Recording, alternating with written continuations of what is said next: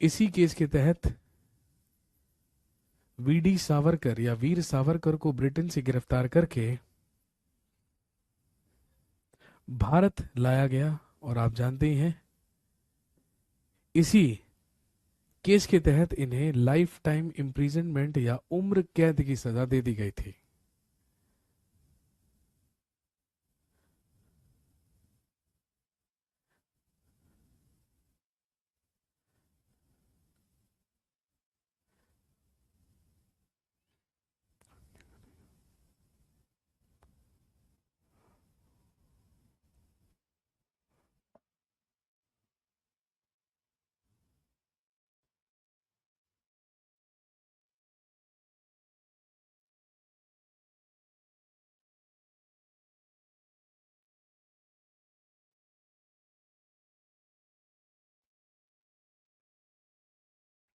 इसके बाद नेक्स्ट लिखिए, revolutionary activities in Bengal.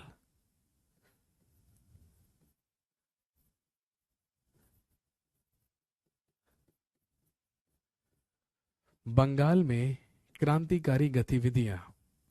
Revolutionary activities in Bengal या बंगाल में क्रांतिकारी गतिविधियां।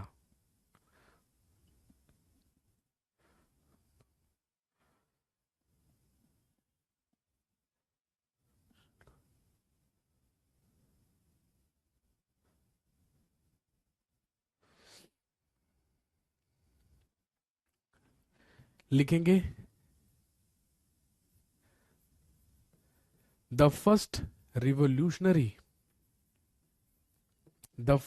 Revolutionary society of Bengal was Anushilan Samiti. लिखेंगे, बंगाल की प्रथम क्रांतिकारी संस्था, बंगाल की प्रथम क्रांतिकारी संस्था अनुशीलन समिति थी।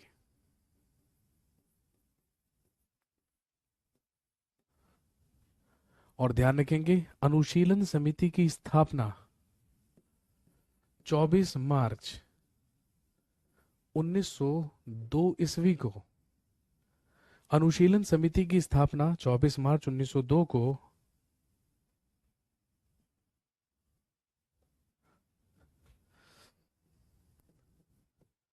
प्रथम मित्रा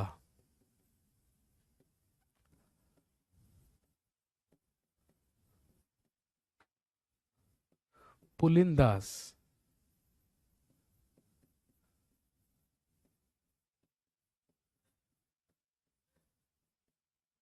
और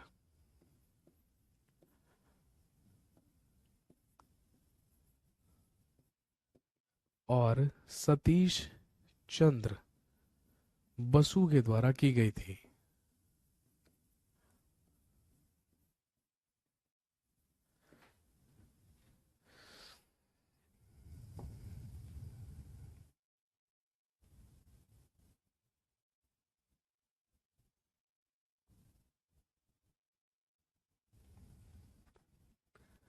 ध्यान रखेंगे, इसकी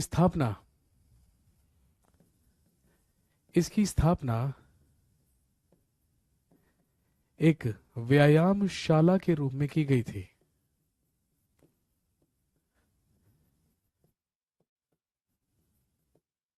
इसकी स्थापना तो एक व्यायामशाला के रूप में की गई थी, लेकिन आगे चलकर 1907 में इसे एक क्रांतिकारी संगठन या एक रिवॉल्यूशनरी सोसाइटी बनाने का काम दो लोगों ने किया, जिनके नाम थे बरिंद्र कुमार घोष, और भूपेंद्र नाथ दत्त।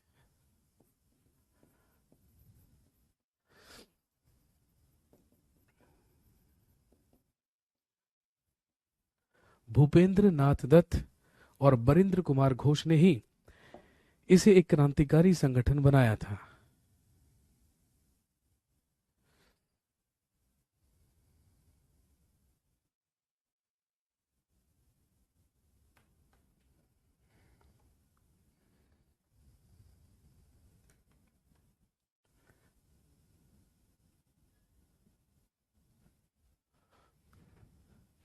नोट कीजिए फटाफट।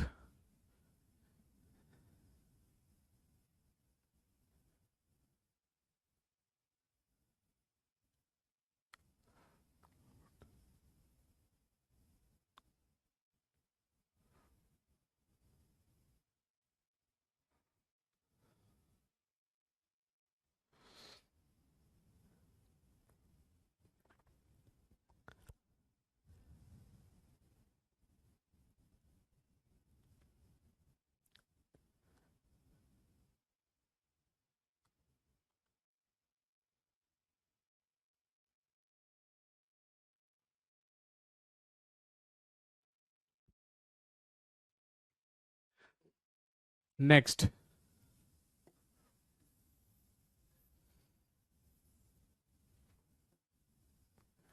अगली लिखिए, ढाका अनुशीलन समिति।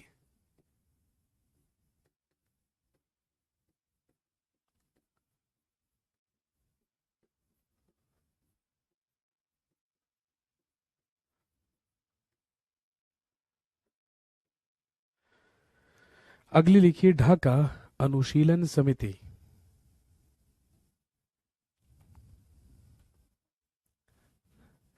लिखेंगे इसकी स्थापना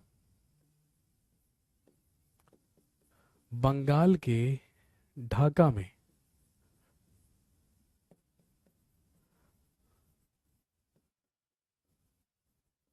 प्रथम मित्रा। इसकी स्थापना 1905 में बंगाल के ढाका के प्रथम मित्रा और पुलिन बिहारी दास के द्वारा की गई। इसके संस्थापक थे प्रथम मित्रा और पुलिन बिहारी दास।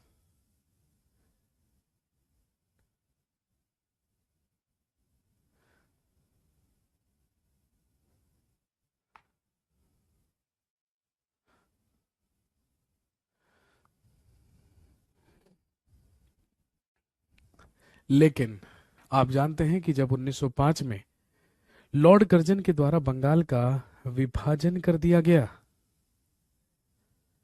तो बंगाल का विभाजन हो जाने के बाद एकाएक पूरी तरीके से बंगाल में जितने भी क्रांतिकारी थे वो सारे के सारे भड़क उठे ब्रिटिश सरकार के खिलाफ। क्योंकि बंगाल में ब्रिटिश सरकार के द्वारा बंगाल के लोगों में फूट डलवाने की कोशिश की गई थी और बंगाल के लोगों के अंदर से राष्ट्रवाद की भावना को खत्म करने की कोशिश की गई थी। इसीलिए बंगाल के विभाजन के बाद एक और समिति, एक और क्रांतिकारी संस्था सामने आई जो कहलाती है, लिखिए, युगांतर समिति।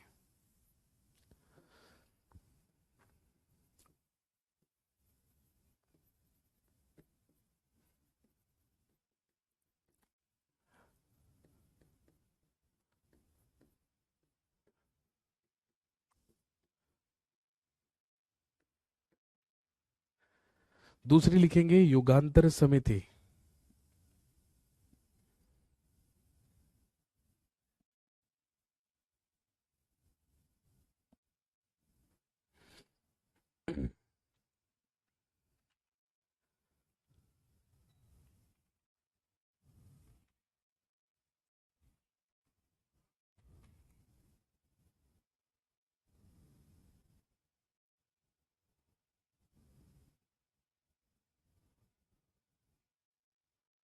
और ध्यान रखेंगे, युगांतर समिति की स्थापना भी 1905 में कलकत्ता में की गई।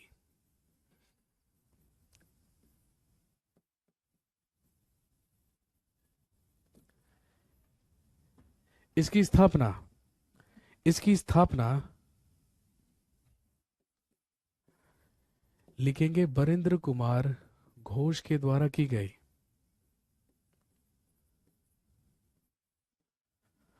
और इसके एक्टिव मेंबर्स या इसके सक्रिय सदस्य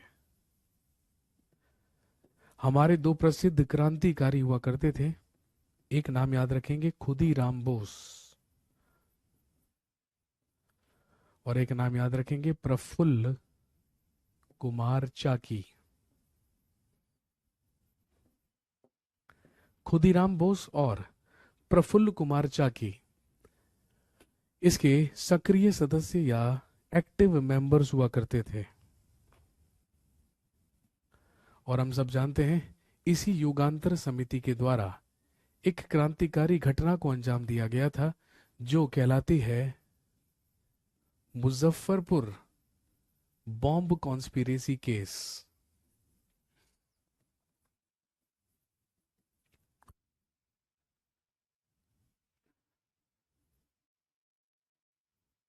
लिखेंगे मुजफ्फरपुर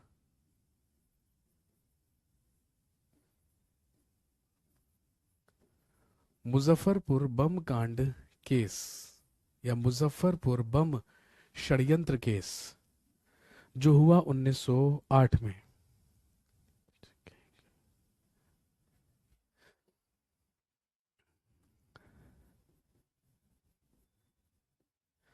कलकत्ता का एक क्रूर मजिस्ट्रेट हुआ करता था और इस मजिस्ट्रेट का नाम D.H. किंग्सफोर्ड था। और ध्यान रखेंगे युगांतर समिति की एक गुप्त बैठक बुलाई गई और उसी गुप्त बैठक में किंग्सफोर्ड की ही राजनीतिक हत्या करने का प्लान बनाया गया।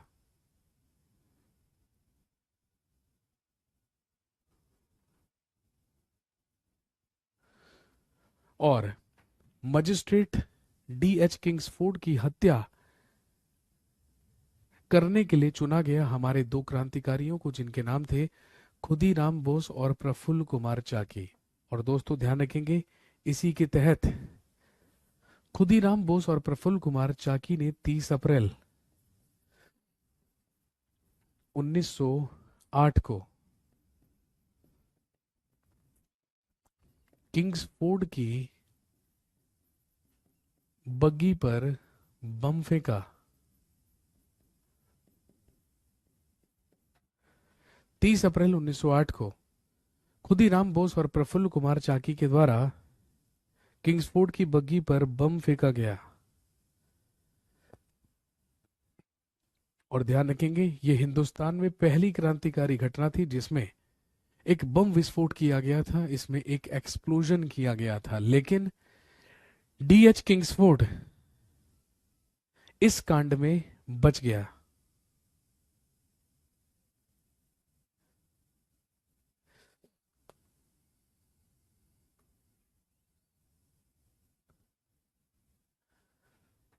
मारने के लिए गए थे D.H. किंग्सफोर्ड को।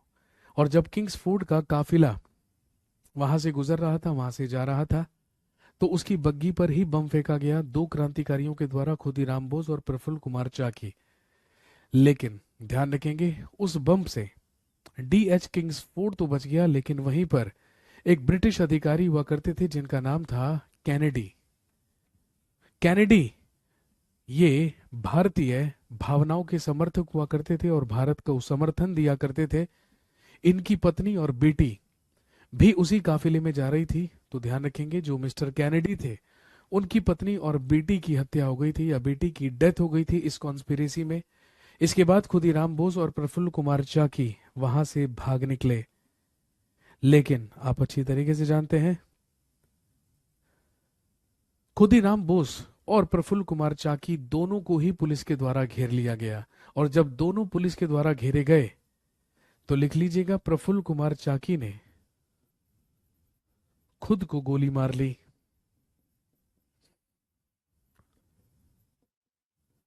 प्रफुल्ल कुमार चाकी ने खुद को गोली मारकर आत्महत्या कर ली। लेकिन पकड़े गए खुदीराम बोस। और आप अच्छी तरीके से जानते हैं 11 अगस्त 1908 को ही मुजफ्फरपुर सेंट्रल जेल में खुदीराम बोस को फांसी की सजा दे दी गई। और आप जानते होंगे उस समय इनकी आयु मात्र 18 वर्ष थी। मात्र 18 साल की उम्र में ही इन्हें फांसी पर लटका दिया गया, इन्हें फांसी दे दी गई।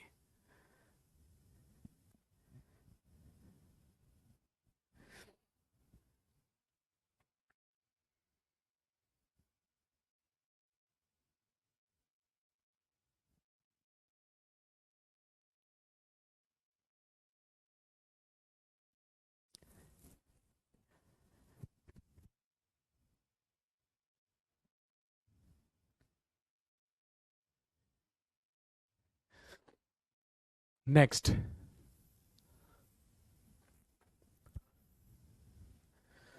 अगला लिखेंगे 1908 में ही हुआ अलीपुर कॉन्स्पिरेसी केस।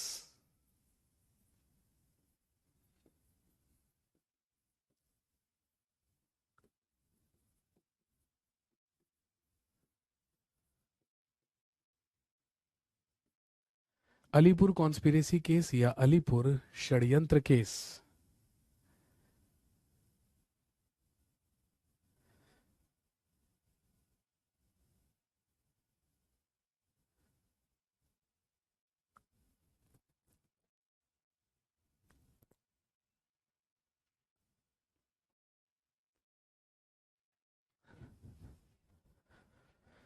भाई आप जानते हैं जो हमारे क्रांतिकारी हुआ करते थे, जो हमारे रिवॉल्यूशनिस्ट हुआ करते थे, ये हिंसा के आधार पर ही अपनी मांगे मनवाने में बिलीव किया करते थे। हथियारों की तस्करी भी किया करते थे और हथियार भी रखा करते थे। एक बार ब्रिटिश सरकार को किसी ने या पुलिस को किसी ने ये सूचना दी कि क्रांतिकारियों के द्वारा कलकत्ता में और कलकत्ता के ही आसपास हथियारों की तस्करी की जा रही है और क्रांतिकारियों ने वहां पर हथियार इकट्ठे कर कर रखे हैं। और जब ये जानकारी पुलिस को मिली तो भाई आप जानते हैं कि पुलिस ने कई स्थानों पर छापे मारकर 34 क्रांतिकारी गिरफ्तार किए।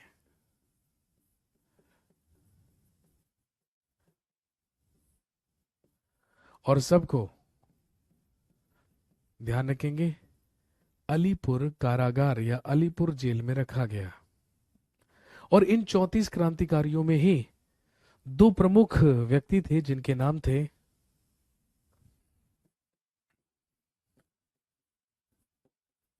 अरविंद घोष और बरिंद्र घोष।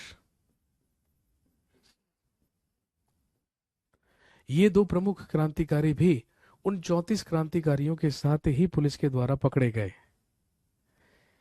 ये मामला अदालत पहुंचा, ये केस अदालत पहुंचा। इसी को हम अलीपुर कॉन्स्पिरेसी केस या अलीपुर षड्यंत्र केस कहते हैं।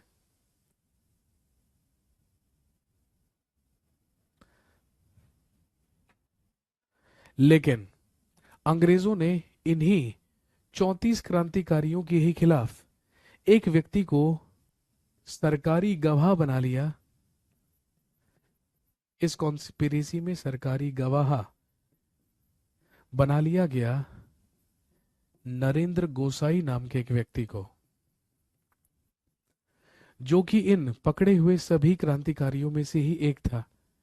अब क्योंकि वो कमजोर था, डरपोक था, इसीलिए उसे सरकारी गवाह बना लिया गया ताकि वो बाकी सबके खिलाफ गवाही दे सके। लेकिन ध्यान रखेंगे जेल में ही 31 अगस्त 1908 को नरेंद्र गोसाई की हत्या कर दी गई।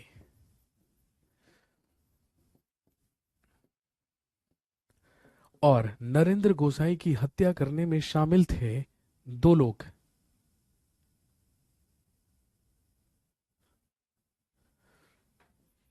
पहले सत्येंद्र नाथ बोस और दूसरे कन्हाई लाल दत्त। कन्हाई लाल दत्त और सत्येंद्र नाथ बोस के द्वारा नरेंद्र गोसाई की हत्या कर दी गई, क्योंकि ये स्वीकार कर चुका था सरकारी गवाह बनना। इसीलिए इसको 31 अगस्त 1908 को अलीपुर कारागार में ही मार दिया गया।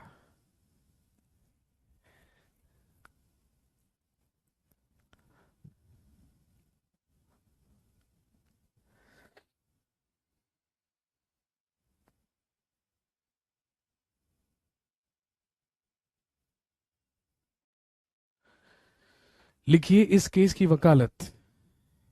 की वकालत चितरंजन दास के द्वारा की गई। इस केस की वकालत चितरंजन दास के द्वारा की गई। बरिंद्र घोष के साथ सारे के सारे क्रांतिकारियों को आजीवन कारावास की काले पानी की सजा दे दी गई। सारे के सारे क्रांतिकारियों को लाइफ टाइम इम्प्रिजनमेंट देकर या उम्र कैद की सजा देकर काला पानी भेज दिया गया था। लेकिन चितरंजन दास जो इन क्रांतिकारियों की वकालत कर रहे थे, उन्होंने इन सभी में से बरी करा लिया था। किसको? अरविंद घोष को। तो अरविंद घोष को इस कॉन्स्पिरेसी से बरी करा लिया गया था। बाकी सारे के सारे लोगों को आजीवन कारावास की सजा दे दी गई थी। यही घटना प्रसिद्ध है अलीपुर षड्यंत्र केस के नाम से।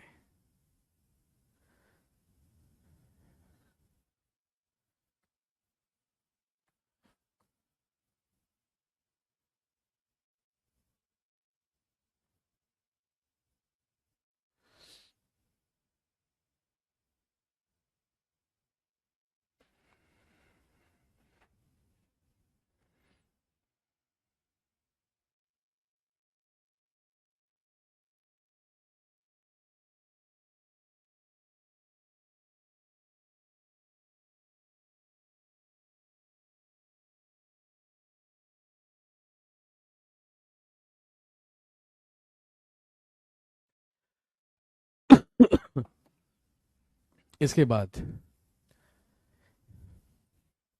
एक और घटना जो आप याद रखेंगे, बंगाल की ही।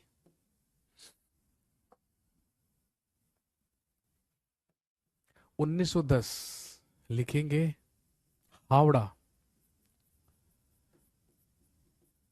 Conspiracy case.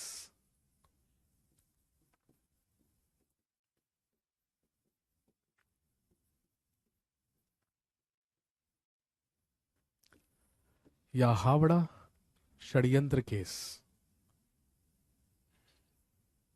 Howrah conspiracy case या हावड़ा षड्यंत्र केस।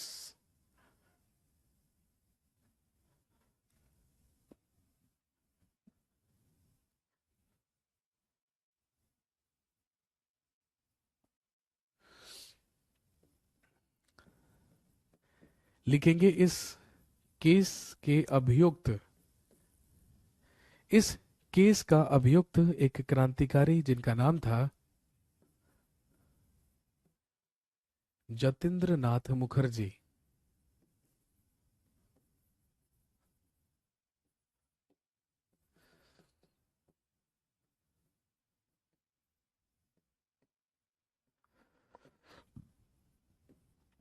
इस केस के अभियुक्त जतेंद्र नाथ मुखर्जी थे,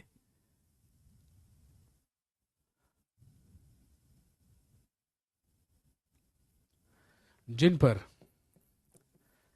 डीएसपी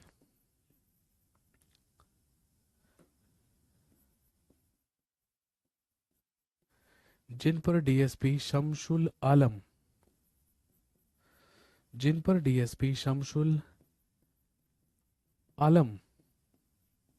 की हत्या का आरोप लगाया गया था।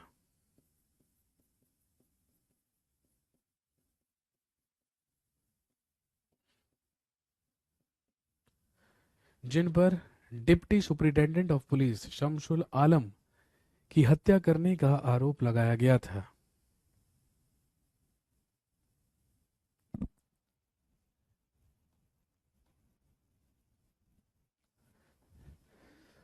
और लिखेंगे, इसके तहत जतेंद्र नाथ मुखर्जी को 1 वर्ष कारावास की सजा दी गई थी। इसके तहत जतेंद्र नाथ मुखर्जी को 1 वर्ष कारावास की सजा दी गई थी।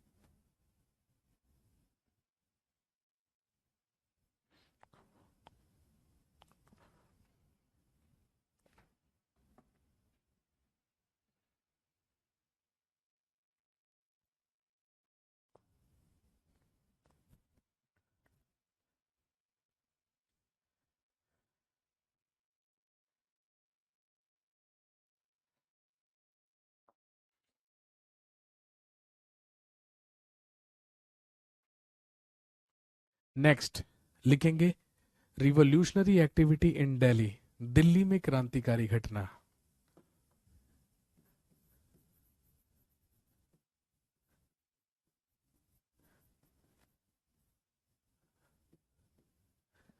Revolutionary activity in Delhi, Delhi में क्रांतिकारी घटना।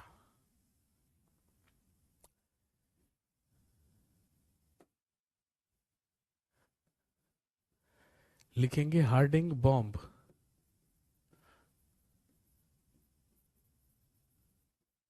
Conspiracy case.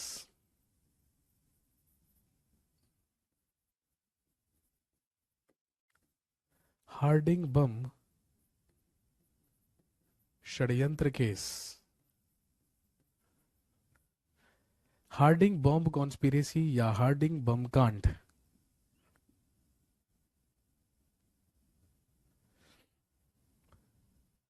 जो हुआ 1912 को। याद कीजिए जब हम पढ़ रहे थे इंडियन नेशनल मूवमेंट का दूसरा चरण, एरा ऑफ अल्ट्रा नेशनलिज्म या उग्र राष्ट्रवाद का चरण, तो उसमें मैंने आपको बताया कि 1911 में जॉर्ज पंचम का भारत में आगमन हुआ था। जॉर्ज पंचम की ताजपोशी के लिए ही दिल्ली में तीसरा दिल्ली दरबार 1911 में लगवाया गया था और उसी में घोषणा की गई थी कि अब भारत की नई राजधानी क्या होगी, दिल्ली। और 1912 1 अप्रैल 1912 से दिल्ली को भारत की नई राजधानी बना दिया गया और राजधानी कलकत्ता से स्थानांतरित करके कहाँ ला दी गई, दिल्ली। लेकिन जिस समय जॉर्ज पंचम भारत आया था, जिस समय इतनी फिजूल खर्ची उसके स्वागत में की जा रही थी, दिल्ली दरबार में फिजूल खर्ची की जा रही थी, उस समय भारत की अधिकांश जगहों पर सूखा और अकाल पड़ रहा था। और इसी बात का विरोध कर रहे थे भारतीय कि जहां एक तरफ लोग, भारत के लोग भूख से तड़प कर मर रहे हैं, वहीं दूसरी तरफ दूध की नदियां बहाई जा रही हैं जॉर्ज पंचम के स्वागत में। उस समय भारत का वाइसरॉय लॉर्ड हार्डिंग द्वितीय या लॉर्ड हार्डिंग सेकंड हुआ करता था। और जब यही लॉर्ड हार्डिंग सेकंड 23 दिसंबर 1912 को दिल्ली के चांदनी चौक से गुजर रहा था, या इसका काफिला जब दिल्ली के चांदनी चौक से होकर गुजर रहा था,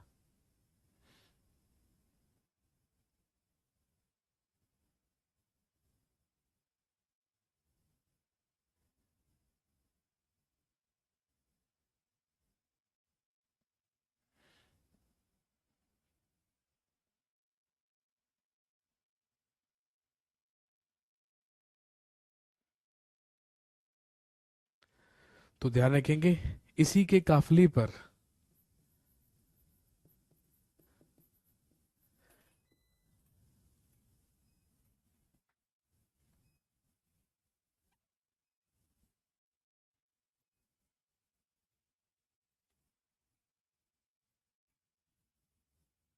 एक मिनट रुकेंगे भाई, बंद हो गया पावर कट।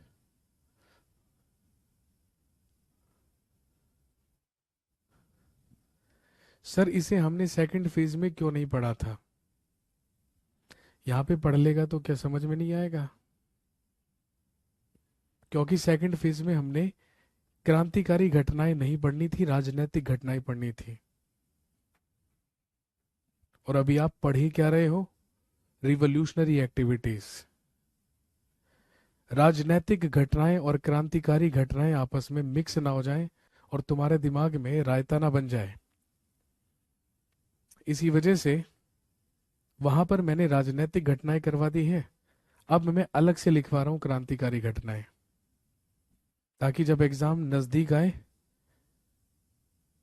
ठीक है, तो तेरे को आराम से समझ में आ जाए कौन सी चीज कहाँ लिखी है।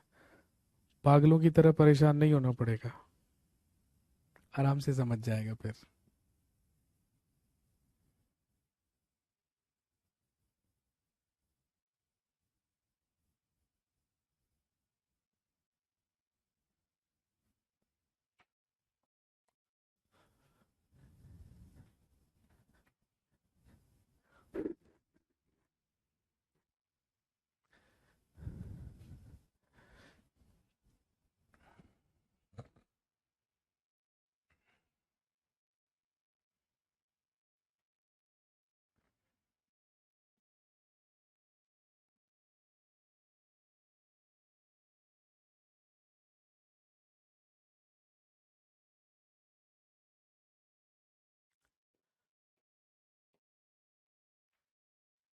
हाँ जी।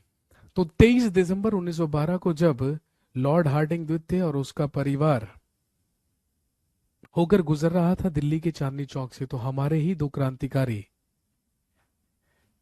कौन कौन, रास बिहारी बोस और प्रफुल्ल चाकी के द्वारा हार्डिंग के काफिले पर बम फेंका गया, जिसमें लॉर्ड हार्डिंग बुरी तरीके से घायल हुआ, लेकिन ये भी बच गया भाई।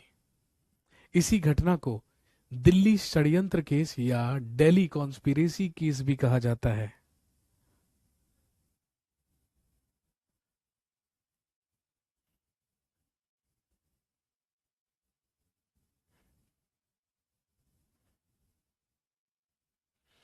लिखेंगे, as per this conspiracy, as per this conspiracy या इसी षड्यंत्र के तहत 13 revolutionists, 13 revolutionists arrested by the Britishers. इस षड्यंत्र के तहत 13 क्रांतिकारियों को गिरफ्तार किया गया, जिसमें से इन विच 4 वर एग्जीक्यूटेड, लिखेंगे जिसमें से 4 क्रांतिकारियों को फांसी दे दी गई, जिसमें 4 क्रांतिकारियों को फांसी दे दी गई।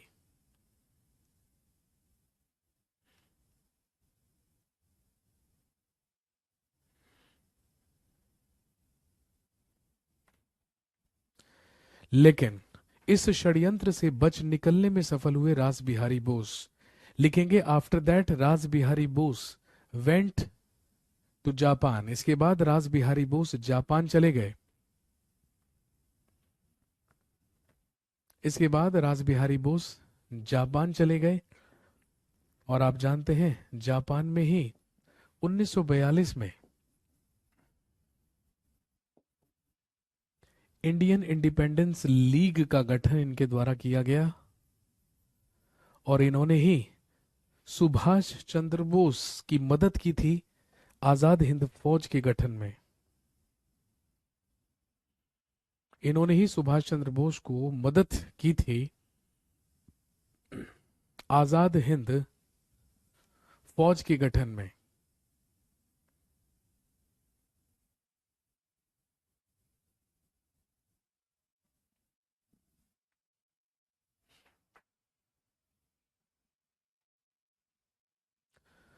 तो फाइनली रास बिहारी बोस तो फरार हो गए थे, लेकिन सचिंद्र सान्याल के साथ बाकी जितने भी क्रांतिकारी थे उन सबको पकड़ लिया गया था, 4 को फांसी दे दी गई थी।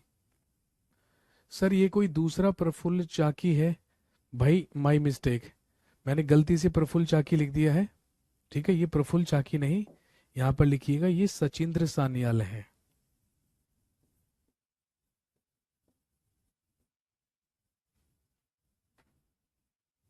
सही कर लीजिएगा, प्रफुल्ल चाकी नहीं, सचिंद्र सान्याल।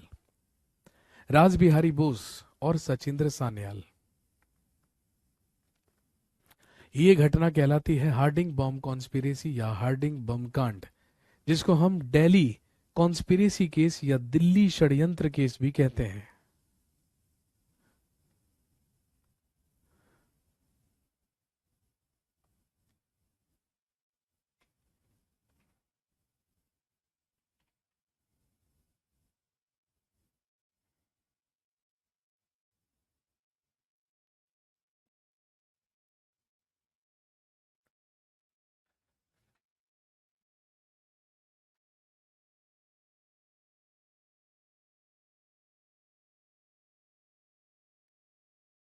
जी हाँ, प्रफुल्ल कुमार चाकी ने तो खुद को गोली मार ली थी 1908 में ही। ये सचिंद्र सान्याल है।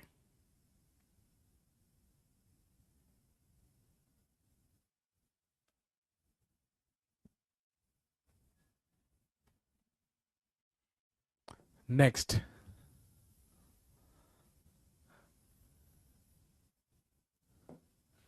इसके बाद लिखिए, second phase of revolutionary activities, क्रांतिकारी गतिविधियों का द्वितीय चरण। Second phase of revolutionary activities या क्रांतिकारी गतिविधियों का दूसरा चरण।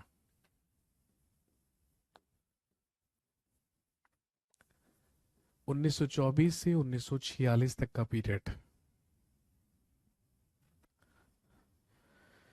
एक तो भारत में क्रांतिकारी गतिविधियां तब बहुत ज्यादा सक्रिय हुई थी जब बंगाल का विभाजन किया गया था, किसके द्वारा? लॉर्ड कर्जन के द्वारा। लेकिन दूसरी बार भारत में फिर दोबारा से क्रांतिकारी गतिविधियां तब सक्रिय हुई जब चौरी चौरा कॉन्स्पिरेसी के बाद गांधी जी ने अपना असहयोग आंदोलन वापस ले लिया। जब गांधी जी ने असहयोग आंदोलन शुरू किया था तो उस समय देश के सारे युवा गांधी जी के समर्थन में थे, गांधी जी को सपोर्ट कर रहे थे और पूरी तरीके से सक्रिय और साथ थे गांधी जी के असहयोग आंदोलन में। लेकिन चौरी चौरा कॉन्स्पिरेसी या चौरी चौरा कांड जब हुआ तो उससे दुखी होकर आप जानते हैं कि गांधी जी ने अपना असहयोग आंदोलन स्थगित कर दिया, वापस ले लिया। और कहीं ना कहीं इसी बात से आहत हुए और दुख पहुंचा हमारे देश के युवाओं को। और वो युवा जो गांधी जी के कहने पर अहिंसा का मार्ग अपना चुके थे, वो एक बार फिर से सक्रिय हो उठे और एक बार फिर से वो सारे के सारे एक्टिव हो गए, क्रांतिकारी गतिविधियां फिर से शुरू हो गई।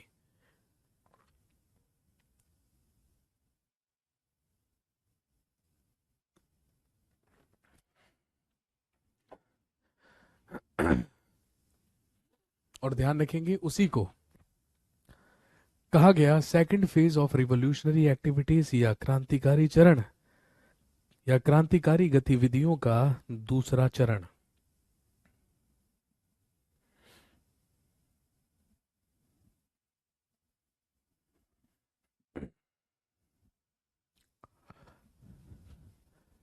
चलिए लिखेंगे, बात करेंगे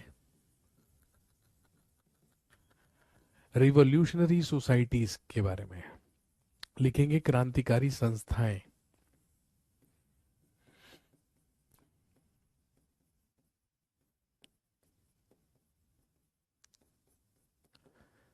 रिवॉल्यूशनरी सोसाइटीज या क्रांतिकारी संस्थाएं।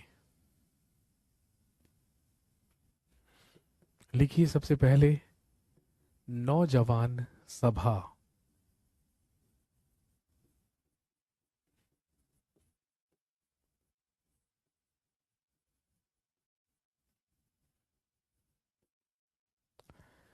सबसे पहले लिखिए नौजवान सभा।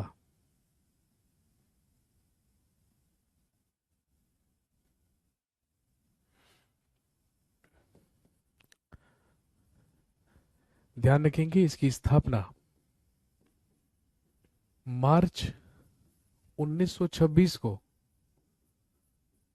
इसकी स्थापना मार्च 1926 को पंजाब में की गई थी। एंड द फाउंडर्स ऑफ नौजवान सभा, और इसकी स्थापना करने का श्रेय जाता है किसको? भगत सिंह।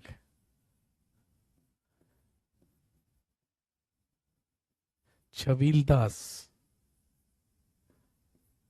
इसकी स्थापना भगत सिंह, छबीलदास और यशपाल के द्वारा की गई थी।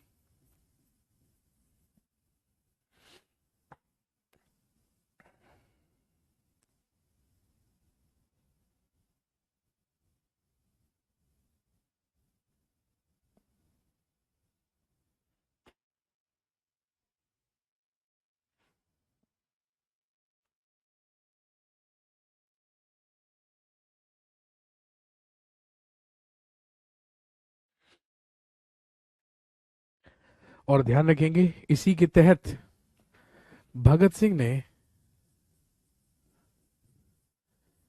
लाहौर छात्र संघ या लाहौर स्टूडेंट्स यूनियन की स्थापना की थी।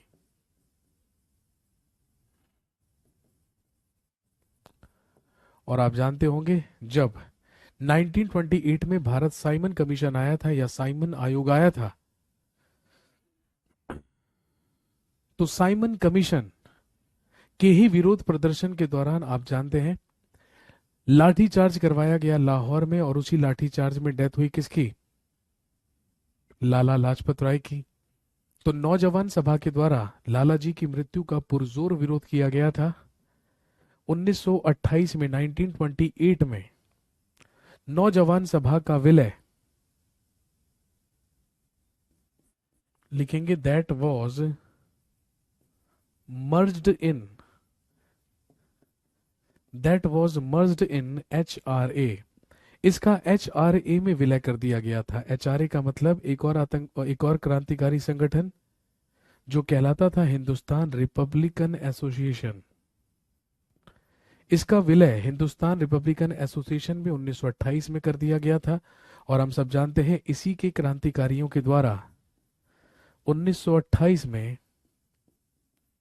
सैंडर्स की हत्या की गई थी। असैसिनेशन ऑफ सैंडर्स, सैंडर्स की हत्या की गई थी।